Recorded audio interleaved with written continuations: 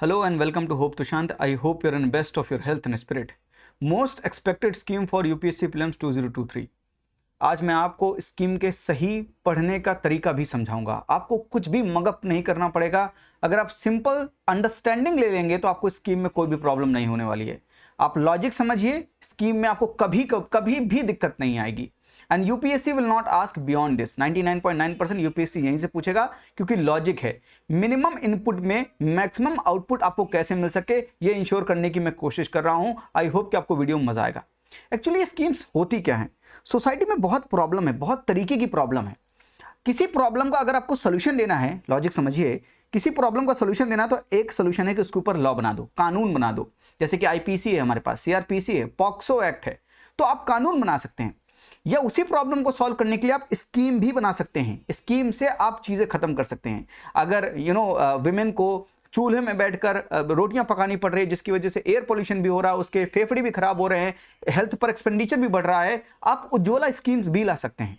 आप साथ में लॉ प्लस स्कीम भी कर सकते हैं, जैसे कि मनरेगा एक्ट भी है, मनरेगा स्कीम भी है। आप मेरी समझ रहे हैं बात? तो लॉ बनाने के बाद स्कीम बना सकते हैं क्योंकि स्कीम को लॉ की बैकिंग मिल जाएगी। तो प्रॉब्लम का सोल्यूशन है स्कीम। स्कीम कोई और चीज नहीं है। सोसाइटी में जो प्रॉब्लम है, अगर आप वो प्रॉब्लम आइडेंटिफाई कर लें तो आपको सोल्यूशन मिल जाएगा। प्रॉब्लम आइडेंटिफाई करना किसका काम है? पॉलिसी मेकर्स का काम है। क्यों? क्योंकि problems, priority depends upon the problem. अगर रूलर की क्या प्रायोरिटी होनी चाहिए, हमारे केस में रूलर कौन है? पॉलिटी है। Polity is the guardian of everything. Polity ही सब कुछ चला रही है। तो पॉलिटी के लिए क्या होना चाहिए, क्या किस दिशा में काम करे, उसके लिए प्रायोरिटी क्या होनी चाहिए? पॉलिसी मेकर्स के लिए प्रायोरिटी होनी चाहिए कि हमारे पास क्या प्रॉब्लम है, उन प्रॉब्लम का सॉल्यूशन देना उनका काम है। आई होप कि आप अंडरस्टैंडिंग समझ रहे हैं कि scheme is nothing but the solution of the problems. आप प्रॉब्लम्स को सॉल्व करने के लिए लॉ बना सकते हैं, स्कीम भी ला सकते हैं, लॉ प्लस स्कीम भी हो सकती है। इस पर्सपेक्टिव से पढ़ेंगे तो आज मैं आपको नया पर्सपेक्टिव से स्कीम पढ़ाने वाला हूं। ऐसा कोई भी आपके साथ अभी तक किया नहीं होगा। सही तरीके से पढ़ेंगे तो आपको रट्टा कभी नहीं मारना पड़ेगा। ये बनाकर मैं लाया हूं आपके लिए, ये इंपॉर्टेंट स्कीम है। आज इतना ही पढ़ेंगे और आपको इतना रटने में कोई प्रॉब्लम नहीं होगी। मेरे साथ लिखते चलिएगा क्योंकि आप जब लिखेंगे तो आपकी अंडरस्टैंडिंग और ज्यादा डेवलप होगी और अपना डीप अंडरस्टैंडिंग आपके दिमाग में ज्यादा छप जाएगी। मैं तरीके से समझाने की कोशिश करता हूं, आप तरीके से समझने की कोशिश कीजिएगा। प्रॉब्लम्स कई जगह पर हैं। एग्रीकल्चर सेक्टर में प्रॉब्लम है, मैन्युफैक्चरिंग में प्रॉब्लम है, हमारे एक्सपोर्ट प्रमोशन में प्रॉब्लम है, इंफ्रास्ट्रक्चर में प्रॉब्लम है, एजुकेशन में प्रॉब्लम है, हेल्थ में प्रॉब्लम है, वाटर में प्रॉब्लम है। हमारे पास वनरेबल सेक्शन है जैसे कि women, child, transgender, SC, ST, OBC, old age people, उनमें वो क्या प्रॉब्लम्स फेस कर रहे हैं, D notified, nomadic, semi nomadic communities क्या प्रॉब्लम्स फेस कर रही हैं, सोशल प्रॉब्लम्स क्या हैं। ये सारी प्रॉब्लम्स का सॉल्यूशन स्कीम है। वन बाय वन जैसे मैं आपको समझा रहा हूं, अगर आप वैसे समझ गए तो आपको यूपीएससी एग्जामिनेशन में कभी स्कीम का रट्टा नहीं मारना पड़ेगा। ये मेरी कोशिश है कि आपको मैं रट्टा नहीं मारने दूं, लॉजिक के साथ चीजें समझाऊं। आइए चलते हैं एग्रीकल्चर में। एग्रीकल्चर में सबसे बड़ी प्रॉब्लम क्या है? फार्मर के पास बहुत ढेर सारा इनकम का डिस्ट्रेस है, बहुत ज्यादा स्ट्रेस में है।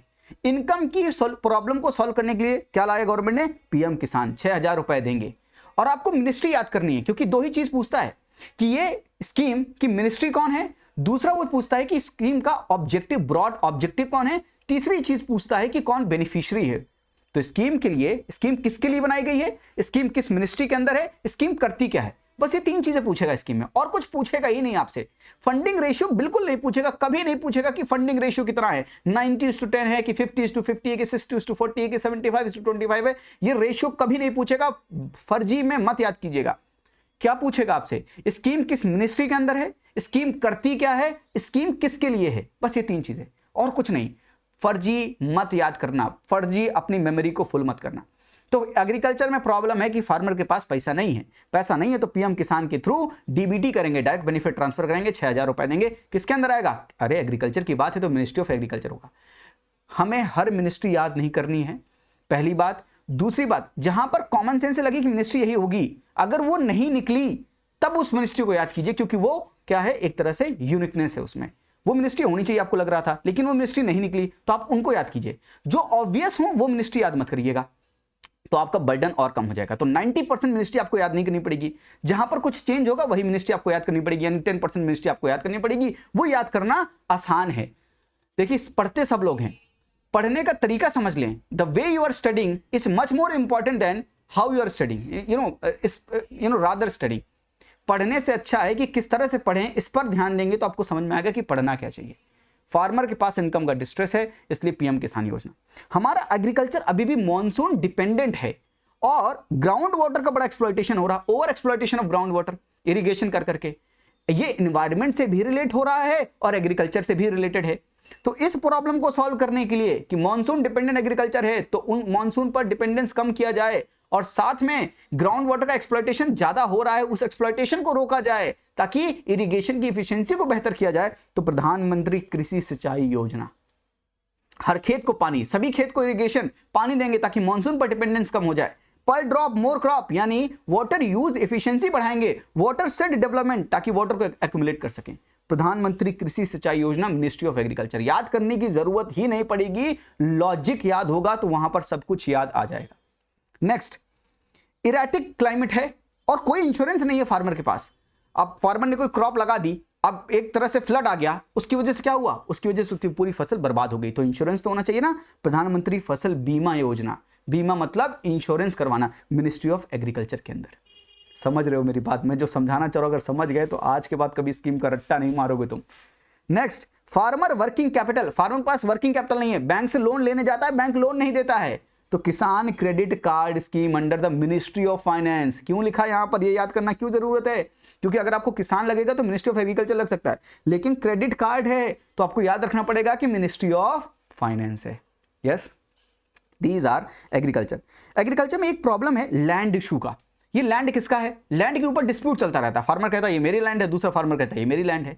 तो लैंड के लिए हमको कोई एक बनाना पड़ेगा डिजिटल, जहां पर सबका लैंड कितना कितना है वो एरिया डिमार्केटेड हो। इसके लिए हमने स्कीम चलाया स्वामित्व स्कीम।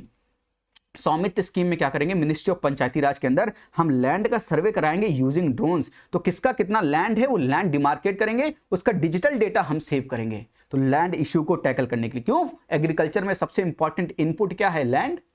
लैंड के ऊपर डिस्प्यूट होगा तो काम कैसे होगा वहां पर। एंड नेक्स्ट, फार्मर को बहुत ढेर सारा एनर्जी चाहिए, इलेक्ट्रिसिटी चाहिए, तो फार्मर क्या करता था, कटिया डाल लेता था। कटिया मतलब चोरी करता था, बिजली की चोरी करता था। बिजली की चोरी करने से प्रॉब्लम क्या थी, डिस्कॉम बहुत लॉस में चल रहे थे, याद है डिस्कॉम लॉस वाला। तो डिस्कॉम अगर बहुत लॉस में चल रहे हैं तो फार्मर को एक तरह से नॉन रिन्यूएबल एनर्जी भी बहुत यूज कर रहा है, उसका पैसा भी नहीं दे रहा है। तो पीएम कुसुम स्कीम कि सोलर एनर्जी को प्रमोट करेंगे, सोलर एनर्जी को प्रमोट करेंगे, stand alone solar power plant लगाएंगे, जिसके सोलर ट्री लगाएंगे, जिससे फार्मर अपने आप से वो मोटर पंप चला सके, जिसकी वजह से वो इरिगेशन कर सके। पीएम कुसुम स्कीम इस कॉन्टेक्स्ट में पढ़ना है, समझ रहे हो। तो मिनिस्ट्री भी समझ में आ रही है, ऑब्जेक्टिव भी समझ में आ रहा है, कर क्यों रहा है ये भी समझ में आना चाहिए समझ में, तभी मजा आएगा। तो ये थी एग्रीकल्चर की कुछ प्रॉब्लम, उसका सॉल्यूशन स्कीम। नेक्स्ट, मैन्युफैक्चरिंग में क्या प्रॉब्लम है। मैन्युफैक्चरिंग में सबसे बड़ी प्रॉब्लम है कि हमको अपना प्रोडक्शन इंक्रीज करना है, भारत को विश्व गुरु बनना है। तो विश्व गुरु बनने के लिए हमको प्रोडक्शन इंक्रीज करना पड़ेगा, फिर डोमेस्टिक सप्लाई चेन अच्छी करके लोगों तक पहुंचाना पड़ेगा, साथ में एक्सपोर्ट करना है तो हमें अपने पोर्ट को अच्छा करना पड़ेगा, अपने रोडवेज, रेलवेज, ये हमारा पूरा सब कुछ ट्रांसपोर्टेशन, लॉजिस्टिक सर्विसेज अच्छी करनी पड़ेगी ताकि एक्सपोर्ट भी हम कर सकें। प्रोडक्शन इंक्रीज होगा तभी तो एक्सपोर्ट करेंगे। तो प्रोडक्शन इंक्रीज करने के लिए production linked incentive scheme 14 sector में इशू की गई। हम बहुत ढेर सारा इंपोर्ट करते हैं इलेक्ट्रॉनिक्स चिप्स का, सेमीकंडक्टर का, उसके लिए DLI scheme, design linked incentive scheme, मैथी के अंदर है, ministry of electronics and information.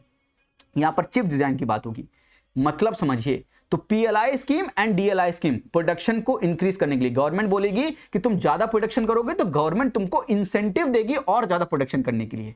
ये है production linked incentive scheme. Yes, दूसरा, मैन्युफैक्चरिंग में हमको टेक्सटाइल पर बहुत फोकस करना है, तो टेक्सटाइल पर फोकस करने के लिए पीएम मित्रा स्कीम।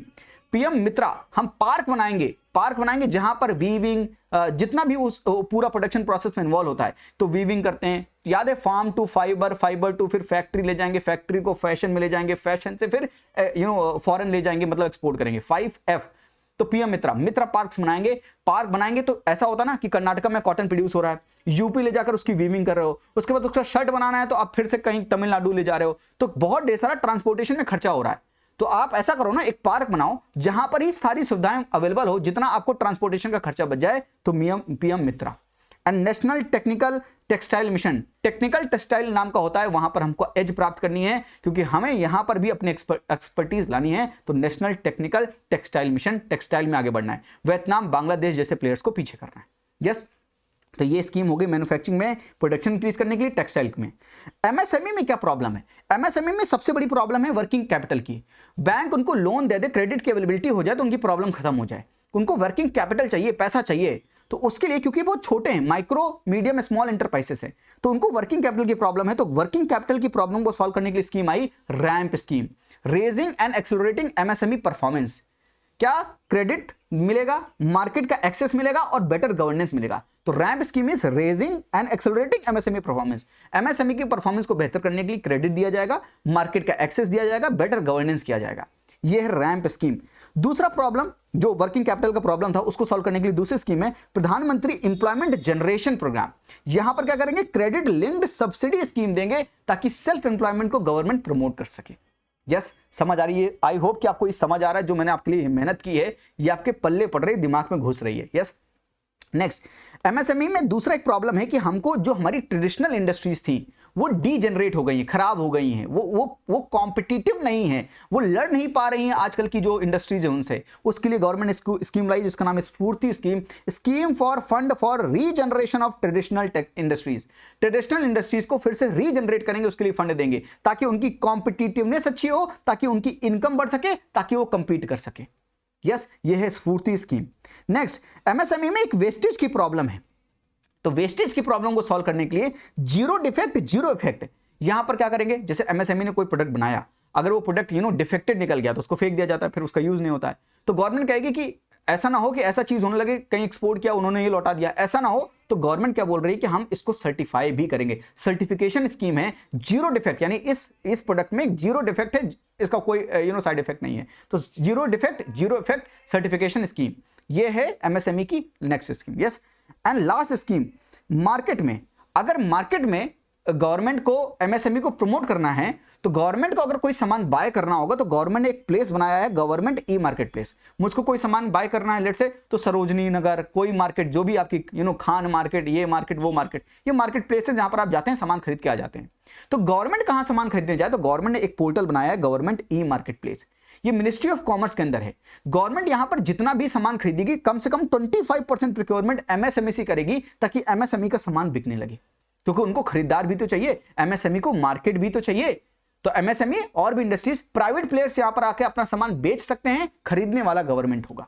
तो गवर्नमेंट ने कुर्सियां खरीदनी है, गवर्नमेंट को टेबल खरीदनी है, एसी खरीदनी है, तो एमएसएमई जो एसी बना रही है उससे भी खरीद लेंगे। और इस 25% प्रोक्योरमेंट में in that 4% SC ST entrepreneur से खरीदेंगे ताकि एससी एसटी का भी प्रमोशन हो सके। Yes, these are schemes. अब आपको स्कीम समझ आ रही होंगी, ये इतनी ढेर सारी देखने में लग रही पर आपको कॉमन सेंस और दिमाग लग रहा है, लॉजिक लग रहा है, तो याद हो जाएंगे। यस, नेक्स्ट, गवर्नमेंट एक्सपोर्ट को प्रमोट करने के लिए वन डिस्ट्रिक्ट वन प्रोडक्ट, हर एक डिस्ट्रिक्ट में एक प्रोडक्ट को आइडेंटिफाई करेंगे, वो प्रोडक्ट बहुत अच्छा प्रोडक्ट होगा जिसको हम एक्सपोर्ट भी कर सकेंगे। तो ministry of commerce and ministry of food processing industries दोनों मिलकर ये वन डिस्ट्रिक्ट वन प्रोडक्ट चलाएंगे, ये बजट में भी बोला गया है।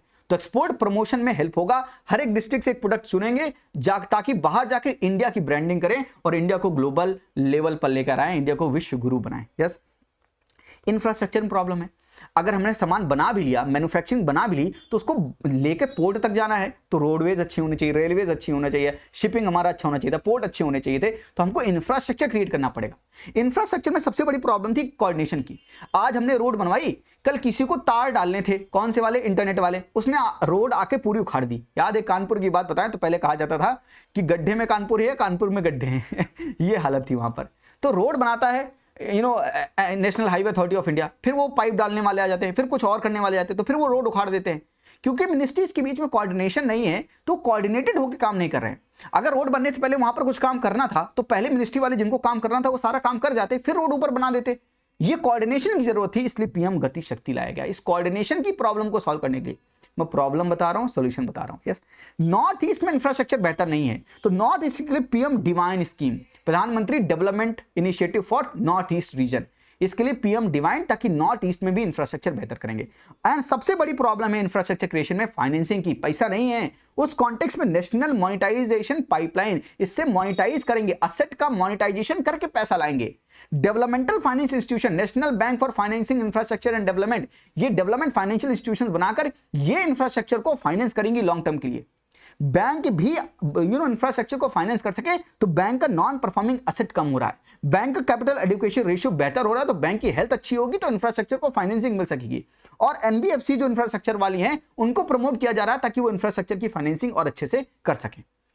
तो दीज आर सम फाइनेंसिंग से रिलेटेड स्कीम्स मैंने आप बताई और इनिशिएटिव भी बता दिए, एक्स्ट्रा चीजें भी आपको बता दी। ये था इंफ्रास्ट्रक्चर की प्रॉब्लम में कोऑर्डिनेशन की प्रॉब्लम, फाइनेंसिंग की प्रॉब्लम एंड नॉर्थ ईस्ट में जो इंफ्रास्ट्रक्चर की प्रॉब्लम है उसका सॉल्यूशन मैं आपके सामने लेकर आया। यस, नेक्स्ट इज सर्विसेज के मामले में। तो एग्रीकल्चर देख लिया, मैन्युफैक्चरिंग देख लिया, इंफ्रास्ट्रक्चर देख लिया, सर्विसेज देख रहे हैं। एजुकेशन में, एजुकेशन सर्विस में क्या प्रॉब्लम है? सबसे बड़ी प्रॉब्लम है पुअर क्वालिटी स्कूल्स। स्कूल्स की क्वालिटी अच्छी नहीं है। इस कॉन्टेक्स्ट में PM Shri, ministry of education के अंदर अब पीएम श्री स्कीम लाएंगे जिसमें अपग्रेड करेंगे, डेवलप करेंगे स्कूल्स को। पीएम श्री का ऑब्जेक्टिव, पीएम श्री की मिनिस्ट्री पता होनी चाहिए। श्री है एजुकेशन है, पुअर क्वालिटी स्कूल्स को बेहतर करना है। दूसरी स्कीम है Manodarpan portal. Ministry of education के अंदर एक पोर्टल है जिसका नाम है मनोदर्पण पोर्टल। इस मनोदर्पण पोर्टल से मन के अंदर दर्पण यानी मन में दर्पण यानी मिरर लगाना।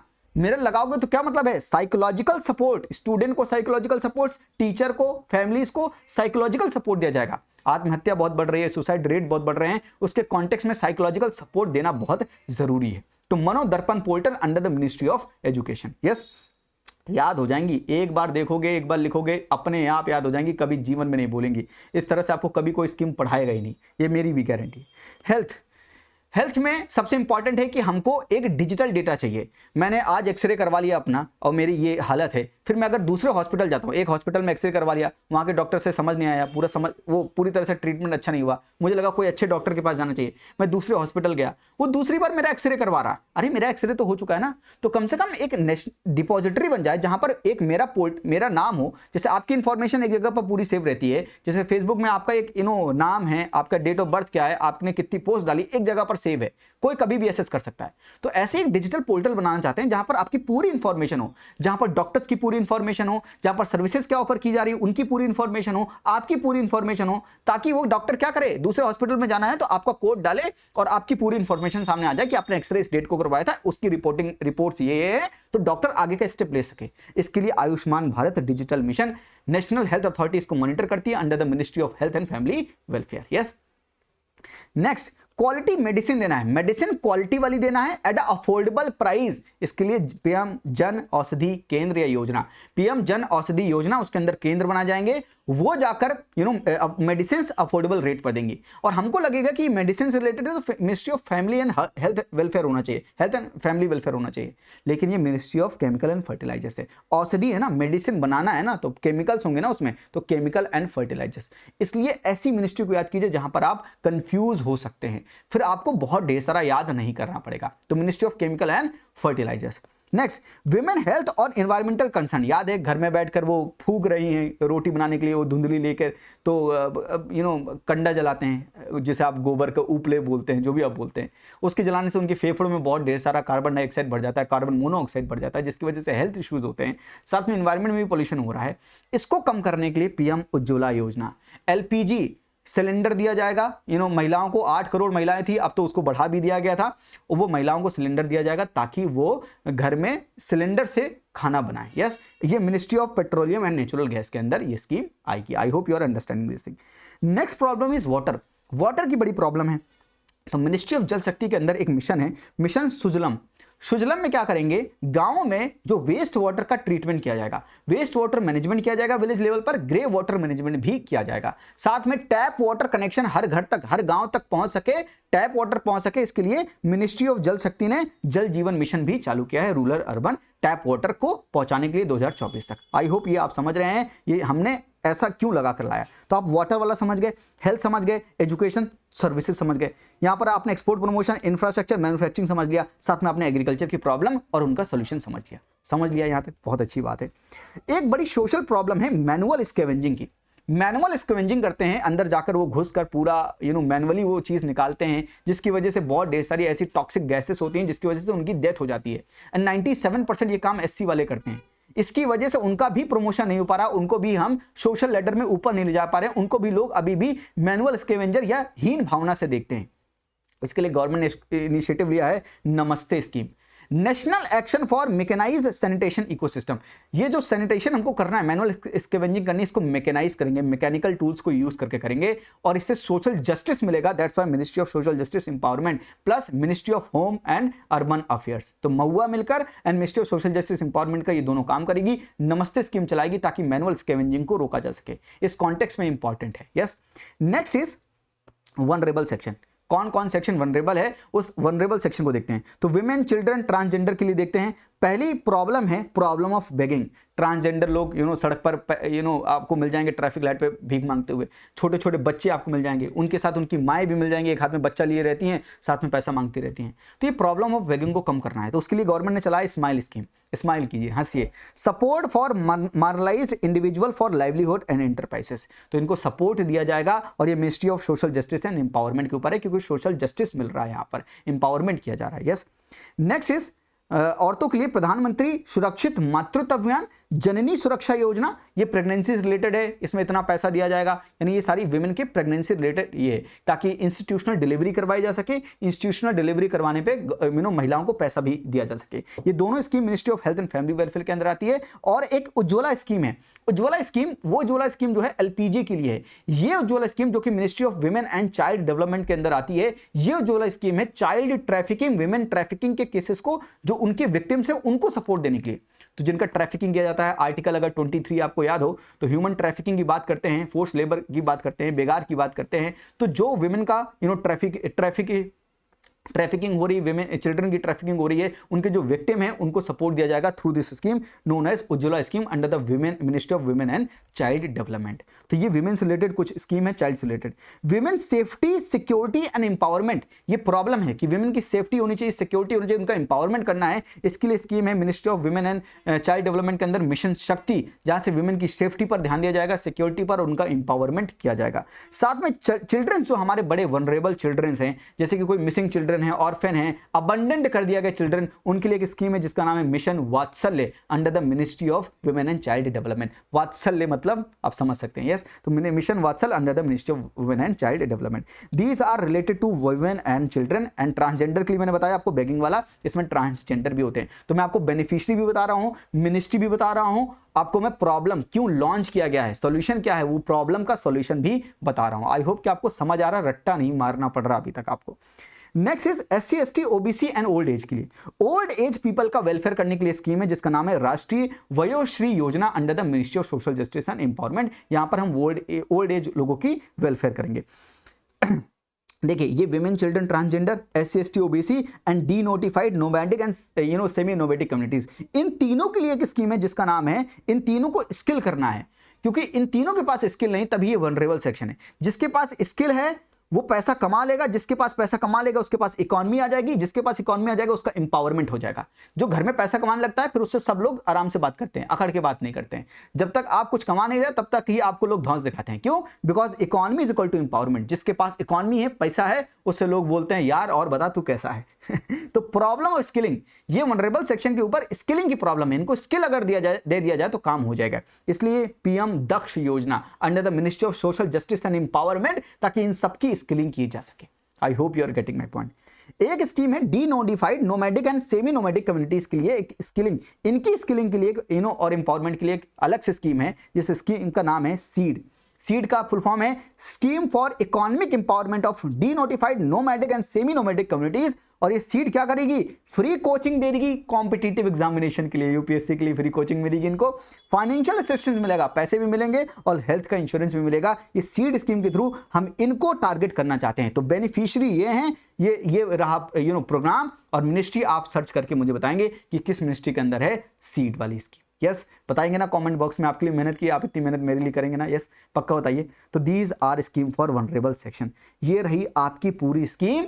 पूरी स्कीम में मैंने बेनिफिशियरी बताया, उनके अंदर क्या प्रॉब्लम है प्रॉब्लम समझाई, और साथ में मैंने आपको स्कीम समझाई। आई hope you got my point. अभी मत जाना, अभी तो बचा यार। स्कीम 3 तरीके की होती हैं। पहले आप समझिए कि स्कीम के type, government scheme, central sector scheme हो सकता है, सेंट्रली स्पॉन्सर्ड हो सकता है, स्टेट लेवल स्कीम होता है।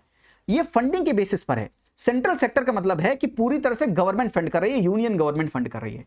सेंट्रली स्पॉन्सर्ड का मतलब है कि सेंटर और स्टेट दोनों मिलकर पैसा दे रहे हैं। स्टेट लेवल स्कीम का मतलब है कि केवल स्टेट गवर्नमेंट फंड कर रही है। ये स्कीम्स बिल्कुल नहीं पढ़नी होती क्योंकि स्टेट का हमको एग्जामिनेशन नहीं देने आए। दो स्कीम बची अब, central sector scheme and centrally sponsored scheme. वैसे पूछेगा नहीं, लेकिन आप पूछ ले तो मैं आपके लिए हूं, यहां पर मैं बता रहा हूं आपको चीज। फंडिंग पूछेगा बिल्कुल नहीं। सेंट्रल सेक्टर स्कीम में फुल्ली सेंट्रल गवर्नमेंट फंड करती है। यूजुअली ये जो स्कीम्स होती हैं वो यूनियन लिस्ट सब्जेक्ट के ऊपर बनाई जाती हैं। ये ग्रास रूट लेवल की स्कीम नहीं होती। ये स्कीम जैसे होती है जैसे कि भारत नेट, प्रधानमंत्री मुद्रा योजना, ये थोड़ी सी बड़ी स्कीम यूनियन लिस्ट के ऊपर जो सब्जेक्ट आते हैं उनके ऊपर बनाई जाती है। सेंट्रली स्पॉन्सर्ड स्कीम में दोनों फंड करते हैं, सेंटर स्टेट। कैसी फंडिंग होगी वो डिपेंड करेगी कैसी स्कीम है। अगर देखिए ये कोर है, ये कोर है, तो ये कोर ऑफ द कोर है। तो एक स्कीम होगी जो कोर ऑफ द कोर होगी, बहुत सुंदर में भी बहुत ज्यादा सुंदर वाले लोग core of the core. At least यहां पर 25% स्टेट को कंट्रीब्यूट करना पड़ेगा, यानी बाकी 75% कौन करेगा? सेंट्रल गवर्नमेंट करेगा। जैसे एग्जांपल है मनरेगा स्कीम। ये स्कीम ज्यादातर सोशल इंक्लूजन या सोशल प्रोटेक्शन के लिए होती है, core of the core scheme. दूसरी होती है कोर स्कीम, यहां पर central government 60% and state government 40% देती है। They are in the nature of developmental nature होता है, जैसे कि मिड डे मील स्कीम हो गई, स्वच्छ भारत योजना हो गया, ये सारी कोर स्कीम है, सेंट्रली स्पॉन्सर्ड स्कीम है। एंड ऑप्शनल स्कीम होती हैं जहां पर स्टेट के ऊपर डिपेंड है कि स्टेट के ऊपर मतलब छूट है कि आपको ज्वाइन करना है कि नहीं करना। अगर स्टेट ज्वाइन करता है अपनी मर्जी से तो स्टेट को 50% कॉस्ट देनी पड़ेगी, जैसे कि बॉर्डर एरिया डेवलपमेंट प्रोग्राम। ये हो गई centre sponsored scheme, core of the core, core and optional scheme. और स्टेट गवर्नमेंट की स्कीम कोई भी पढ़नी नहीं है। तो these are types of government scheme. अच्छा, इनको और भी कह सकते हैं mission mode scheme. Mission mode scheme का मतलब है कि 2024 तक हर घर में जल पहुंचाएंगे। 2024 एक डेट है। Mission mode scheme. Flagship scheme का मतलब होता है कि एक स्कीम, एक मिनिस्ट्री के अंदर जो स्कीम्स है, बहुत ढेर सारी स्कीम, उनमें से एक स्कीम को सबसे ज्यादा पैसा मिलेगा, वो उस मिनिस्ट्री की फ्लैगशिप स्कीम होगी। यानी जिस स्कीम को बहुत ढेर सारा पैसा एलोकेट किया जाता है वो फ्लैगशिप स्कीम होती है। अम्ब्रेला स्कीम का मतलब होता है कि एक स्कीम ऊपर और बहुत ढेर सारी स्कीम उसके नीचे आएंगी। अम्ब्रेला स्कीम यानी वो एक बड़ी स्कीम होगी, बड़ी मछली होगी, उसके पेट में बहुत ढेर सारी मछलियां होंगी, ऐसा अम्ब्रेला स्कीम हो गया। एंड कन्वर्जेंस स्कीम का मतलब होता है कि एक स्कीम का बेनिफिट आप दूसरी स्कीम से एलोकेट करके जोड़कर दे रहे हो, कन्वर्ज करके आप दे रहे हो। तो these are 4 types of scheme, mission mode, flagship, umbrella and convergence. तो these are types of scheme. मैंने बेसिक भी आपको समझा दिया, जो मैंने समझाना था मैंने आपको समझा दिया कि प्रॉब्लम क्या होगी, बेनिफिशियरी कौन है, मिनिस्ट्री कौन होगी, सॉल्यूशन क्या है, स्कीम कौन सी है। ये मैंने आपको पूरी चीज समझा दी। आपसे क्या पूछा जाएगा, बस इससे ज्यादा आपको बिल्कुल भी नहीं पूछा जाएगा। आपसे यही पूछा जाएगा, मिनिस्ट्री, ब्रॉड ऑब्जेक्टिव, बेनिफिशियरी, बस इतना ही पूछा जाएगा। और इसको याद करवाने के लिए मैंने आपके लिए प्रॉब्लम आइडेंटिफाई की, हर एक सेक्टर में उन प्रॉब्लम का मैंने आपको सॉल्यूशन बताया, ताकि वो प्रॉब्लम आपको याद रहेगी तो सॉल्यूशन आपको तुरंत याद आएगा। तो आपको मिनिस्ट्री तुरंत याद आएगी, स्कीम तुरंत याद आएगी, तो मिनिस्ट्री याद आएगी, ब्रॉड ऑब्जेक्टिव अपने आप याद आ जाएगा। आई होप कि ये करने की मैंने जो कोशिश की आपको स्कीम पढ़ाने की, ये तरीका अगर आप समझ लेंगे तो आपको कभी भी दिक्कत नहीं होगी। मैं हमेशा इकोनॉमी में एक बात कहता हूं कि कैपिटल एक्सपेंडिचर करना सिर्फ जरूरी नहीं है, सिर्फ कैपिटल एक्सपेंडिचर करने से कुछ नहीं होगा। The way you are doing capital expenditure is much more important. सिर्फ पढ़ने से नहीं होगा, the way you are studying is much more important than reading itself, studying itself. अगर तरीके से पढ़ेंगे, सही लॉजिक से पढ़ेंगे, तो आपको कुछ भी रट्टा नहीं मारना पड़ेगा और लॉजिक एग्जाम में याद होता है, क्योंकि बहुत चीज जो मगअप करते हैं वो वहां पर प्रेशर में भूल जाती है, पर लॉजिक आपका साथ नहीं छोड़ता है, रैशनलिटी आपका साथ नहीं छोड़ती है। God is rational, rational is God. अगर मेहनत अच्छी लगती है तो लाइक करना मत भूलिएगा, दूसरों के साथ शेयर करना बिल्कुल भी मत भूलिएगा। बहुत मेहनत करके आपके लिए लाते हैं, दूसरों के साथ शेयर कीजिए, बिकॉज शेयरिंग इज केयरिंग। आज के लिए इतना ही। थैंक यू, नमस्ते, जय हिंद, अपना ख्याल रखिए और मुस्कुराते रहिए। Thank you.